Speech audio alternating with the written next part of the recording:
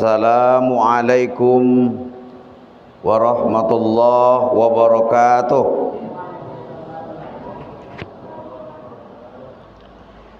Alhamdulillahillazi hadana lihaza wa ma kunna linahtadiya laula an hadanallah.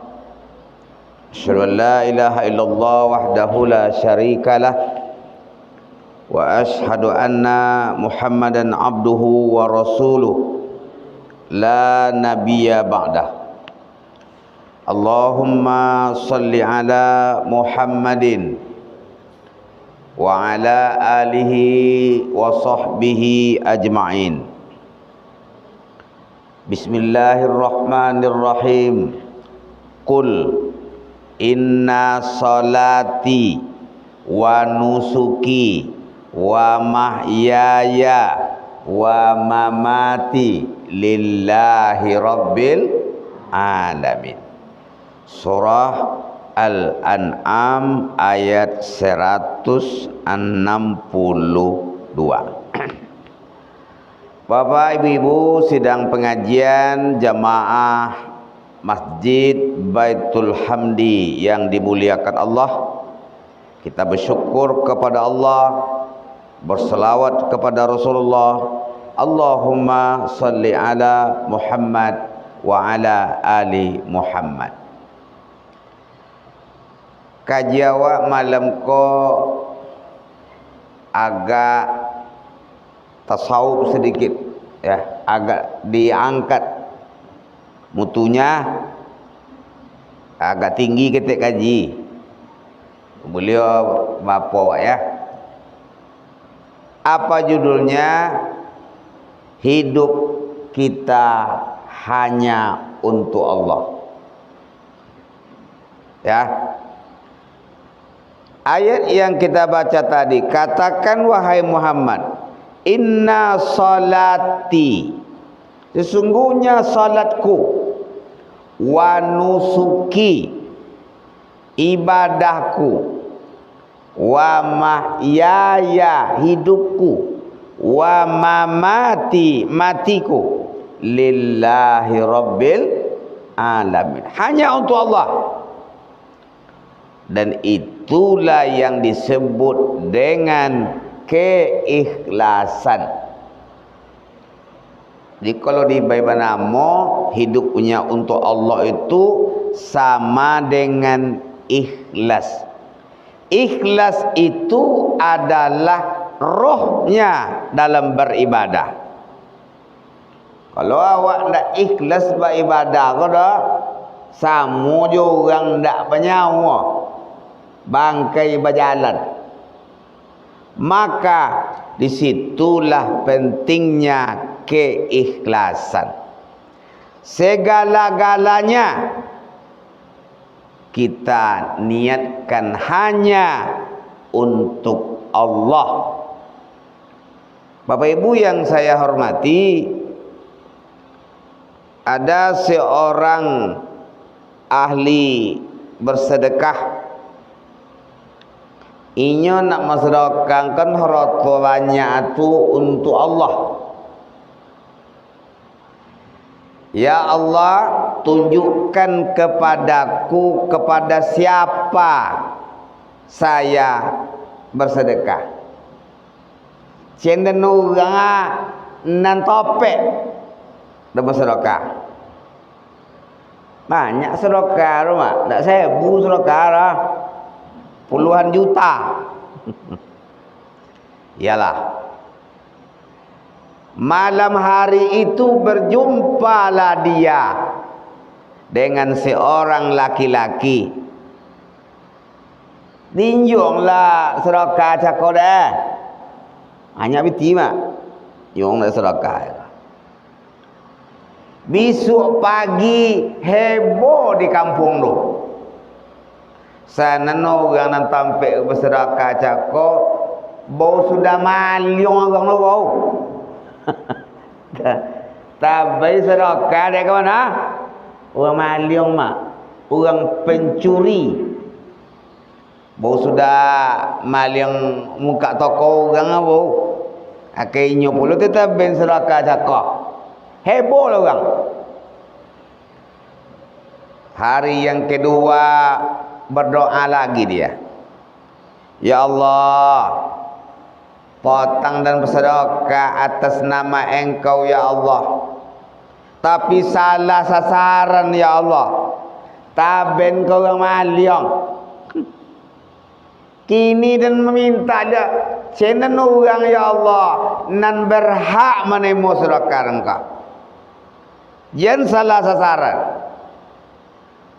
Basulainya mak jorang pedusi wanita. Ancak lo apa je tu? Nama sedekah tu apa? Nyuanglah sedekah beti banyak je kau. Puluhan juta. Kapa je pedusi cakap. Besok paginya heboh lagi orang. Ternyata yang menerima sedekah itu adalah pelacur. Tidak tahu nama pelacurnya. Lah kan? Wanita penjual diri. Heboh kan? Sedekah pagi dulu sedekah apa dunia. Hari ketiga. Ya Allah, ladu malam nama sedekah kan tak dan topik bodoh. Dan nak dan topik sedekah engkau ke mana kena nadong. Sedekah. Berjumpalah dia dengan seorang laki-laki. Bela sedekah ya koleh, puluhan juta je kau. Tapi ndak berongak orang lelaki tu mak. Temo je dia pak. Temo piti pai je le. Temo piti pai le. Besok pagi heboh lo balik. Berita di kampung. Si anu tu bersedekah kau bagi orang kaya. Kaya pun dah jadilah le.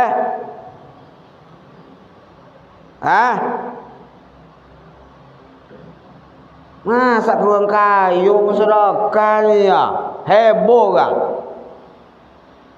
Akhirnya malam besoknya Allah utuslah malaikat melalui mimpi kepada orang tadi untuk menjawab keresahan apakah diterima sedekahnya ini atau tidak. Bermimpilah ya malam tu mak, malaikat menjolekkan. Wahai si anu, sedekah engkau yang pertama. Ke siapa cakap? Korang? Orang maliang. Sedekah engkau yang ke orang yang pertama diterima oleh Allah. Kenapa? Karena berkat sedekahmu orang maliang cakap ndak maliang je lah. Ndak maliang je lah. Sedekah engkau diterima. Yang kedua, sedekah engkau yang kedua juga diterima oleh Allah. Karena berkat sedekahmu pelacur tadi taubat jadi pelacur. Tak jadi pelacur je lah. Piti banyak. Piti banyak. Usahanya lah. Yang ketiga, sedekahnya yang ketiga juga diterima oleh Allah. Kenapa? Bersedekah ke orang kaya. Sana orang kaya cakap kikir. Orang kaya yang kikir, berkat dia menerima sedekah orang tadi, orang kaya kikir tadi tobat dan dia menjadi orang kaya yang dermawan. Itulah. Dari 3 orang tersebut, saya ajak Bapak Ibu menjawab pertanyaan saya. Mak lo, apa pelajaran yang dapat dia awak dari kisah cakap? Hadiahnya 1 miliar. Apa mak? Apa pelajaran kawak lo? Hah? Jauh lah. Tak dapat dia mak kau. Engkau laki lah, engkau laki. Apa pelajaran? Tak boleh tolok sonjo marah. Silakan. Mungkin Darlis enggak jawab, Pak. Silakan. Tak boleh berani jawab. Semiliar hadiah. Nak tolak? Nak tolak dari mana hadiah semiliar. Jangan banyak-banyak pertimbangan dalam sedekah. Sedekah je lah. Kau banyak warna apa? Sedekah je lah. Lillahi ta'ala. Jangan karena orang. Jangan karena orang. Kemudian pelajaran yang kedua adalah dengan sedekah itu banyak manfaat yang didapat. Taubat orang bertiga di rumah. Taubat orang bertiga orang rumah. Jadi apa pelajaran ini kepada kita? Jangan banyak-banyak pertimbangan dalam bersedekah. Kita hanya mengharapkan ridha Allah, jangan ridha manusia. Kita bersedekah hanya kepada Allah, mengharapkan ridha Allah Subhanahu wa ta'ala. Hilang piti semiliar, tak jadi berbagi piti semiliar. Kok jadi menjawab pertanyaan juga, napi hadiah makroh, tapi dalam mimpi. Ya, dalam mimpi. Bapak Ibu yang saya hormati, kalau kita bicara soal keikhlasan, ikhlas kaji aja ke rumah. Lillahi ta'ala itu ikhlas tu ya. Ada 5 komponennya. Ketemu masuk kaji dulu ya. Contoh awak membuat gulai, bau menjadi gulai itu ada ramuan. Ramuan yang pertama awak ambil gulai pucuk ubi kah? Gulai pucuk ubi. Jangan gulai pucuk ubi lah, gulai tenawan lah. Dan itu hobi lah mak, gulai tenawan. Tenawan tu nan digotar mak. Tenawan apa nomor bang? Hah? Tenawan mugan. Tu tiada nang ketujuh dah kan. Anca tenawan tu uso. Ndak lo baga agak bolo mono buya ko selego ko mana je. Kalau nak dapat uso dah ikan salai. Ikan salai. Itu dia. Kalau awak naknya membuat gulai tenawan cakak, ramuan yang pertama kambing. Nang kedua tenawan tu pula lado. Boleh? Bawang, kunyit, serai, garam. Jadi mana tu? Jadi mana tu? Nak seluruh orang jadi nak betul. Baunya di gulai cakap banyak komponennya. Jadi 7 dia ikhlas cakap. Ada 5 baru dia menjadi.